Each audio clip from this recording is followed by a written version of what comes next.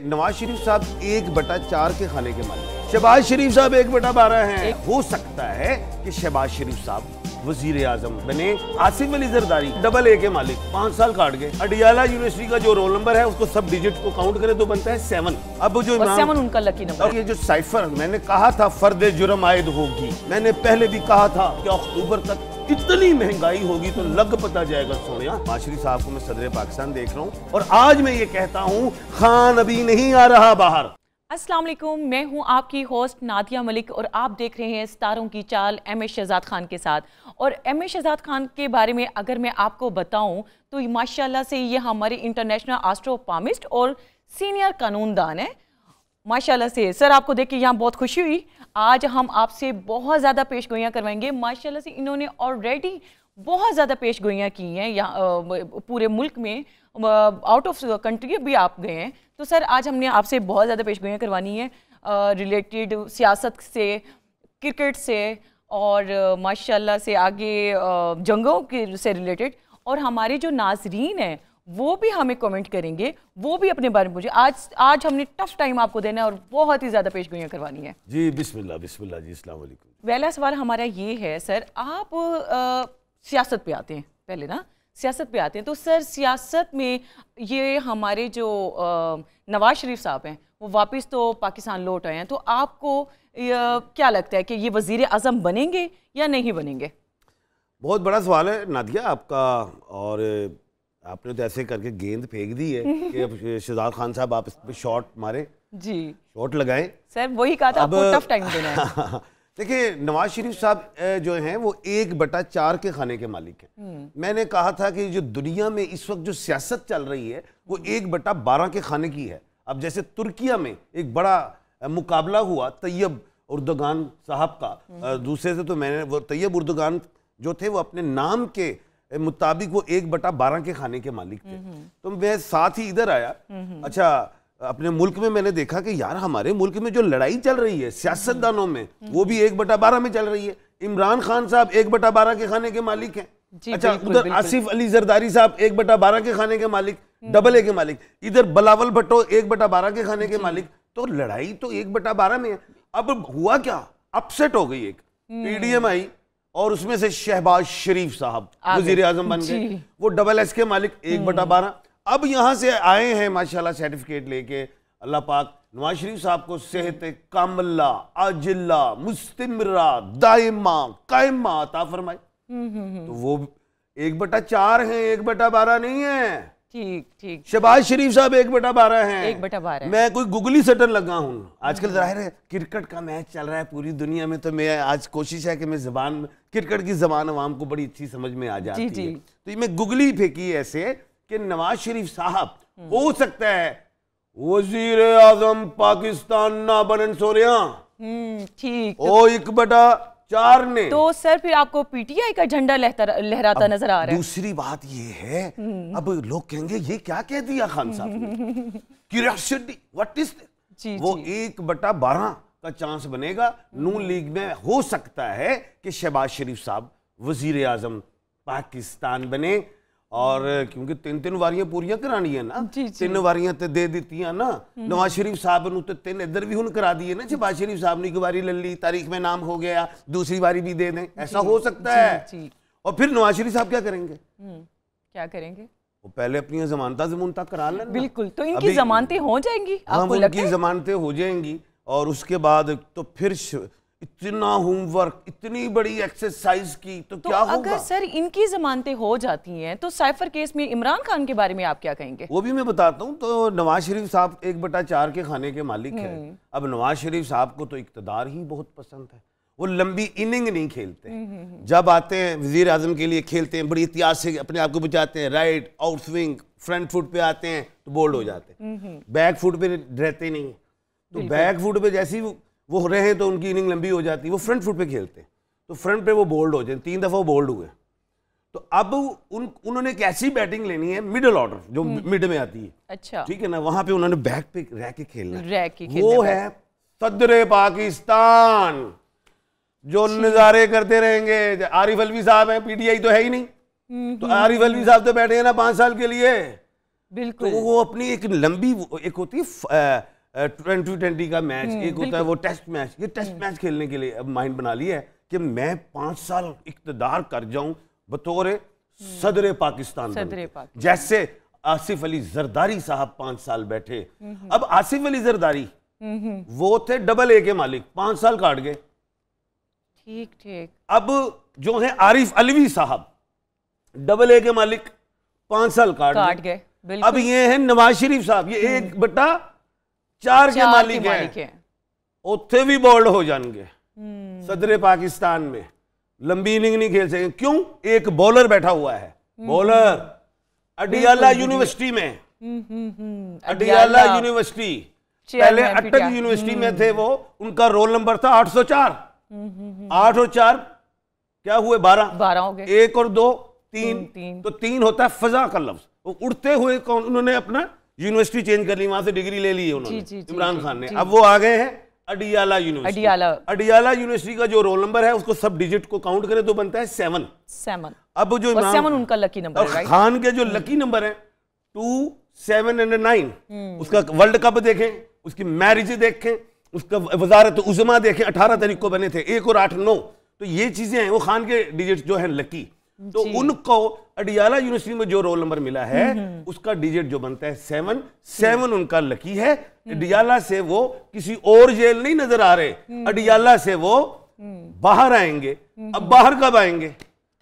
अब जब वो बैटिंग कर रहे हैं नवाज शरीफ साहब, बिल्कुल बैक फुट पे आएंगे, जैसे ही वो फ्रंट फुट पे आएंगे तो अडियाला यूनिवर्सिटी तो डिग्री कंप्लीट हो चुकी होगी, बब्बर शेरा, इमरान खान फास्ट बॉलर आएगा, बॉल कराएगा तो उड़ा देगा। तो आप इनका मुस्तकबिल मतलब आप पॉजिटिव वे में देख रहे हैं? जी, मैं पॉजिटिव देख रहा हूं। और अगली बात, तो सर आपको क्या लगता है सर, ये इलेक्शन लड़ पाएंगे चेयरमैन साहब या नहीं लड़ पाएंगे पीटीआई के चेयरमैन? बहुत बड़ा सवाल है नादिया, और इस सवाल को मैं बता देता हूं कि अभी ये जो साइफर, मैंने कहा था फर्द जुर्म आयद होगी।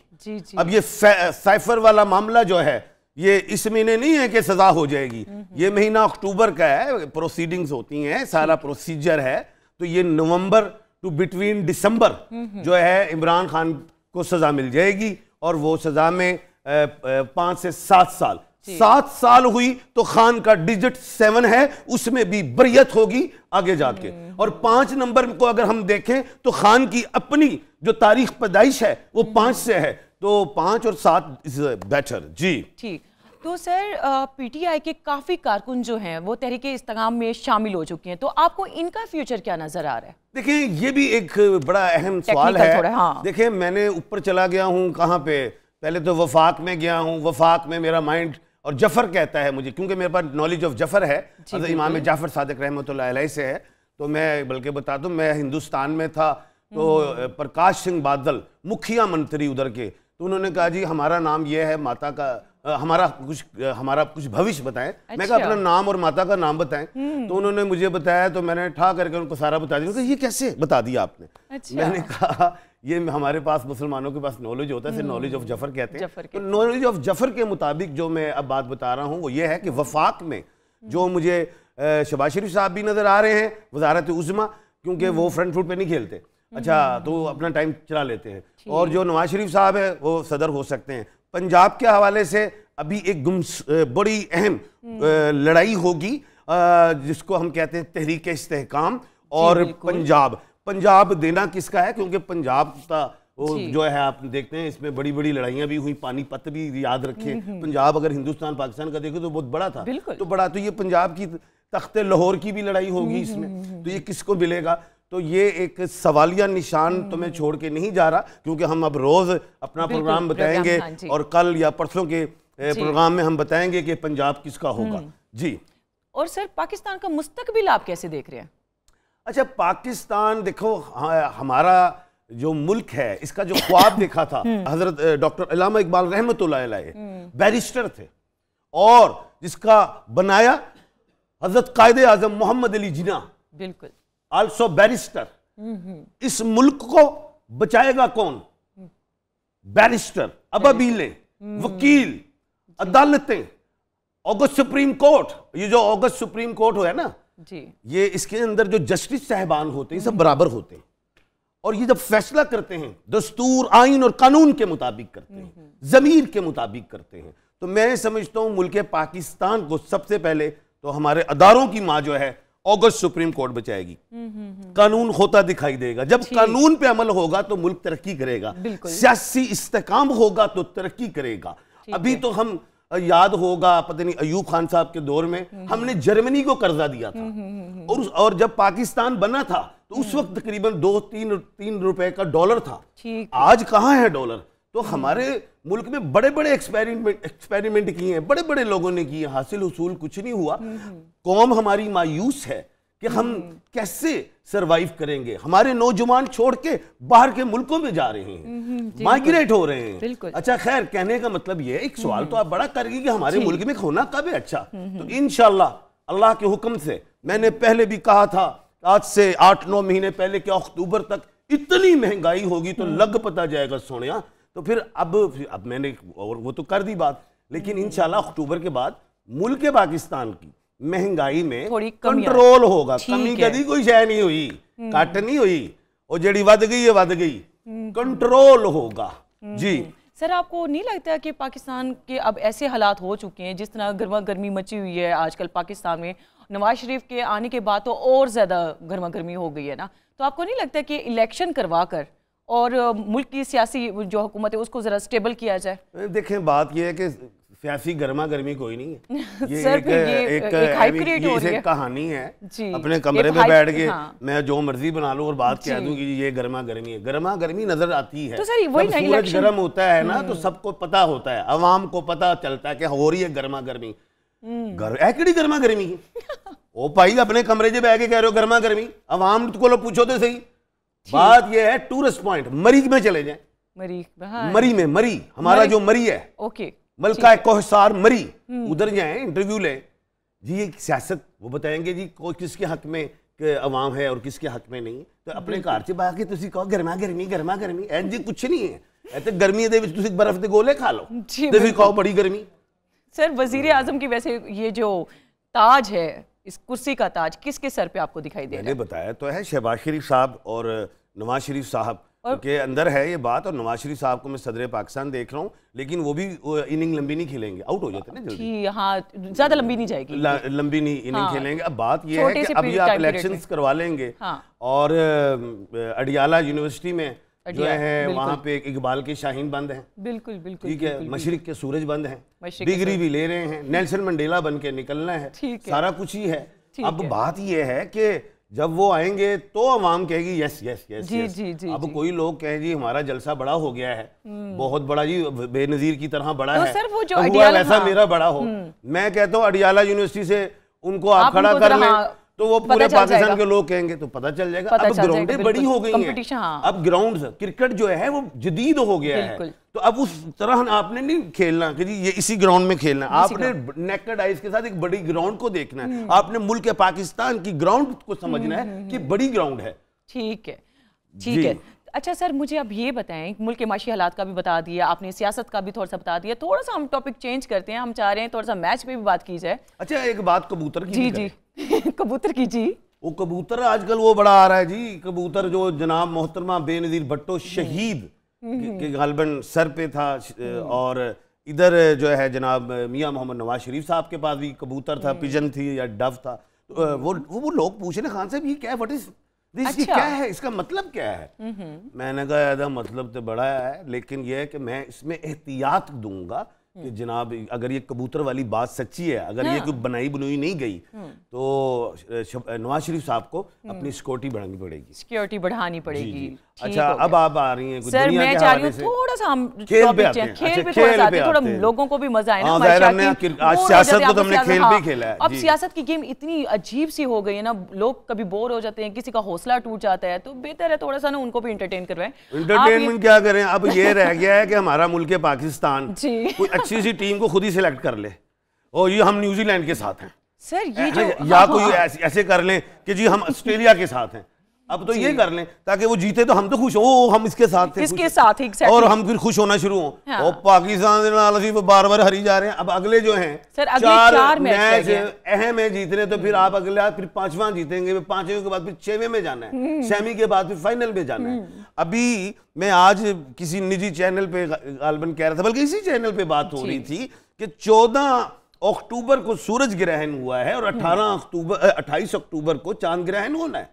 अब इसके बीच में पाकिस्तान को जो मैच मिले वो हार गया, बिल्कुल। और अभी एक मैच आ रहा है 27 को अक्टूबर को, अब वो 28 अक्टूबर को कल चांद लगना है, तो 27 अक्टूबर को गालबन साउथ अफ्रीका से, तो वो भी हार सकता है, क्योंकि ये चांद ग्रहण और सूरज ग्रहण में पाकिस्तानी टीम फंसी है। बेसिकली ये याद रखना, हर टीम के, ये वर्ल्ड कप है, हर टीम के जो स्टार्स बल्लेबाज होते हैं या स्पोर्ट्समैन होते हैं वो कंट्री के स्टार्स होते हैं, प्लेयर्स होते हैं बहुत बड़े, वो गए हमारे लड़ रहे मैच लेकिन रह जाते हैं। किस्मत का ताल्लुक भी है, मैनेजमेंट का ताल्लुक भी है, प्लेयर्स का ताल्लुक भी है, सिलेक्शंस का ताल्लुक भी है, ये सारी चीजें हैं। इसको देखता हूँ मैं, समझता हूँ, ठीक है, लेकिन अभी हमारे हक में इतने अच्छे सितारे नहीं है। पर सर अब तस्वीर लेके हम फिरते रहते हैं, अल्लाह पाक या अल्लाह पाक, इनको अल्लाह तो हैं, पता नहीं किसकी दुआ कबूल हो जाए, दुआओं से भी ये सारी चीजें, और लेकिन हरकत में बरकत है ना। अब आप कुछ परफॉर्मेंस तो दिखाएं ताकि कुछ हो। तो मैच जो है पाकिस्तान अभी डूबती हुई कश्ती में है, उसका पानी निकालना शुरू कर दें। और दूसरी बात जो मुझे फेवरेट लग रहे हैं इस वक्त, वो साउथ अफ्रीका, न्यूजीलैंड, इनका फाइनल देखता हूं। इंडिया जो है वो तो भरपूर तैयारी में है, उनने कालियां पिचा भी बनाई है, आज भी काली मिट्टी पे बनाया है उसने मैच, वो काली, वो अपने एस्ट्रोलॉजर को भी यूज कर रहे हैं कि किस, अब ये आउट हुआ है तो कौन सा दूसरा बैट्समैन जाए, ये हुआ तो तीसरा कौन सा हो, उन्होंने एस्ट्रोलॉजर बिठाए हुए हैं, जो मैं समझता हूँ, क्योंकि उस वक्त जो नॉलेज ऑफ साथ भी मैं जानता हूँ, वो टाइमिंग पे खेल रहे हैं, और अब एक तो अपनी वो गेम कर ही रहे हैं, अपने माइंड को यूज कर रहे हैं, लेकिन एस्ट्रोलॉजी को भी वो चला रहे हैं। मैं इंडिया जाता हूँ, दुनिया में गया, बनारस यूनिवर्सिटी में एस्ट्रोलॉजी का डिपार्टमेंट है। अच्छा, जी हाँ। अच्छा, हिंदुस्तान की पंजाब यूनिवर्सिटी में भी ये डिपार्टमेंट है। अच्छा, हमारा जो पंजाब यूनिवर्सिटी है ये 1882 को बना है, ठीक है। जब पार्टीशन हो गई, वो पार्टीशन हुई, उसके बाद 1947 के बाद फिर चंडीगढ़ में पंजाब यूनिवर्सिटी बनी, तो वहां मैं गया, देखा उधर भी एक डिपार्टमेंट इससे रिलेट है। हिंदुओं में जो हिंदुस्तान में एस्ट्रोलॉजी बहुत ज्यादा है, तो उसके मुताबिक वो चलते हैं, उन्हें पता आज कन्या राशि में क्या है, आज सूर्या कहाँ है, आज जो है तुला राशि में क्या होना है। तो मैं ये कहता चलूं कि अपने अब व्यूवर्स की तरफ भी आते हैं, व्यूवर्स को मैं ये बताता चलूं कि मेरे पास नामों का भी एक नॉलेज है। जी बिल्कुल। आप नाम आप पूछ सकते हैं कि ये हमारे लिए नाम अच्छा है या गलत है, अगर ये नाम भारी है तो इसके साथ कौन सा नाम जोड़ा जाए, कौन सी कंपनी का नाम रखना है, मेरा नाम अगर आलिया है तो मुझे अल्फाबेट कौन सा सूट करता है शादी के लिए, और अगर मेरा अल्फाबेट हस्बैंड का डबल ए के साथ है तो ये मांगलिक है, लड़ाई होगी तो किसी एक को एच में होना पड़ेगा।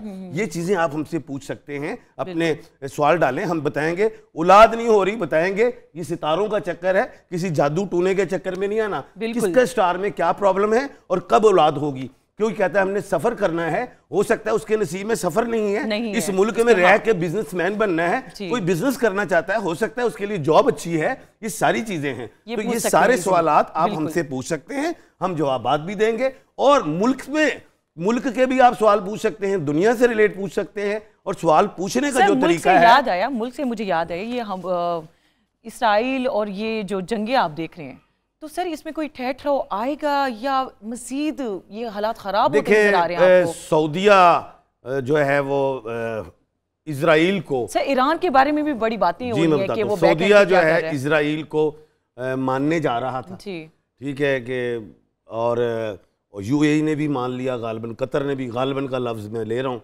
मान लिया। और जिसका जो मैं जफर में देखता रहा हूँ, हमास को ज़रा थोड़ा ये हुआ तो उन्होंने फिर ये मामला जंग की तरफ ले गए, हमास अटैक हुए, और फिर सऊदिया जो बैकफुट पे आया, मुसलमान एक पेज पे आ गए और आ रहे हैं। तो इसराइल को, अब वो इसराइल जो गुस्सा निकाल रहा है अपना, वो क्या जेनोसाइड, खुदकशी की तरफ चला गया है, एक मजलूम कश्मीरियों को शहीद कर रहा है, ठीक है। तो ये इसका असर। अच्छा, उधर दूसरी तरफ अगर हम ईरान को देखें, ईरान पे से पाबंदियां जो हैं वो तकरीबन उठा ली गई हैं।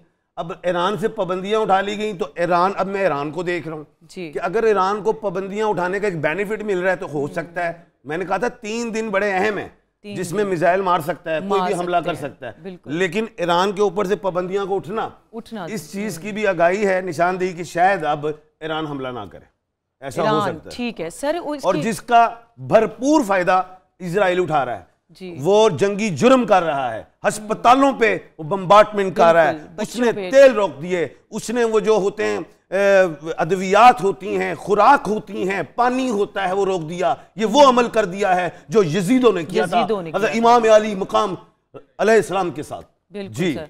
तो सर आपको, क्योंकि और ये भी बात यार, इस्लाम जिंदा होता है हर करबला के बाद, तो ये करबला का मैदान ही बना हुआ है। वो मजलूमों के पास पानी भी नहीं है, खुराक भी नहीं है, अनाज भी नहीं है। ये पूरी कौम को, उम्मत मुस्लिमा को सोचना चाहिए। मैं तो ये कहूंगा कि नबी करीम सल्लल्लाहु अलैहि वसल्लम की अहादीस मुबारका है जिसका मफहूम है कि अगर कोई तुम बुराई को होते देखो तो हाथ से रोको, नहीं तो जबान से, नहीं तो सबसे बड़ा कम दर्जा जो है वो दिल से उसको बुरा जानो। तो हम पूरी कौम ही नहीं, पूरी दुनिया के मुसलमानों को यही सोचना चाहिए, पत्थर ना उठाएं हाथ में, सिर्फ बॉयकॉट कर दें, बॉयकॉट कर दें, उसकी प्रोडक्ट का वो खुद ही खत्म हो जाएगा। और ये जो जंगों का सोचना, ये हुकूमतों का, हमारी आर्मी अदारों का है काम, हमारे नहीं। हमने सिर्फ दिल से बुरा जान के उनकी प्रोडक्ट का बॉयकॉट कर दें, और हिंदुस्तान के का भी हम बॉयकॉट करें। जिन्होंने कश्मीरी मुसलमानों पे जुल्म किया हुआ है, उनको भी उन्होंने हरासा किया हुआ है, उनके भी वो जेनोसाइड, उनकी भी खुदकुशी कर रहे हैं, तो ये उनका भी हमें बॉयकॉट करना चाहिए। तो सर इसराइल के, मेरे सुनने में आया कि इसराइल के सदर ने कहा है कि अगर जंग होती है, थर्ड वर्ल्ड वॉर होती है, तो आप इसे होने दें। क्या ये सच है? मैंने तो खुद कहा है आज से 7 दिन पहले किसी निजी चैनल में कि मुझे खुशबू आ रही है वर्ल्ड वॉर की, लेकिन साथ ही ईरान पे से पाबंदियां हटाई ताकि ईरान भाई आप खामोश हो जाए, थोड़ी से खामोश। अब बात यह है कि हमारी मुस्लिम उम्मा जितनी भी है, इस्लामिक कॉन्फ्रेंस जो है, कौंसिल से सारी इकट्ठी हों, एक मुशावरत करें, टेबल टॉक पे आए, निगोशिएशन पे आए, उनको लेके आए ताकि इसका हल निकले। और ये सूरज ग्रहण और चांद ग्रहण का और राहु केतु का ट्रांजिट का जो मामला है, मैं आइंदा आने वाले 3 महीने अच्छे नहीं देख रहा, और अफगानिस्तान पाकिस्तान के साथ भी हालात अच्छे नहीं देख रहा। तो सर आपको फिर ये तो ठहर कहीं लग ही नहीं रहा, ये तो लगता है और ज्यादा हालात बिगड़ जाएंगे, खराबी की तरफ हैं।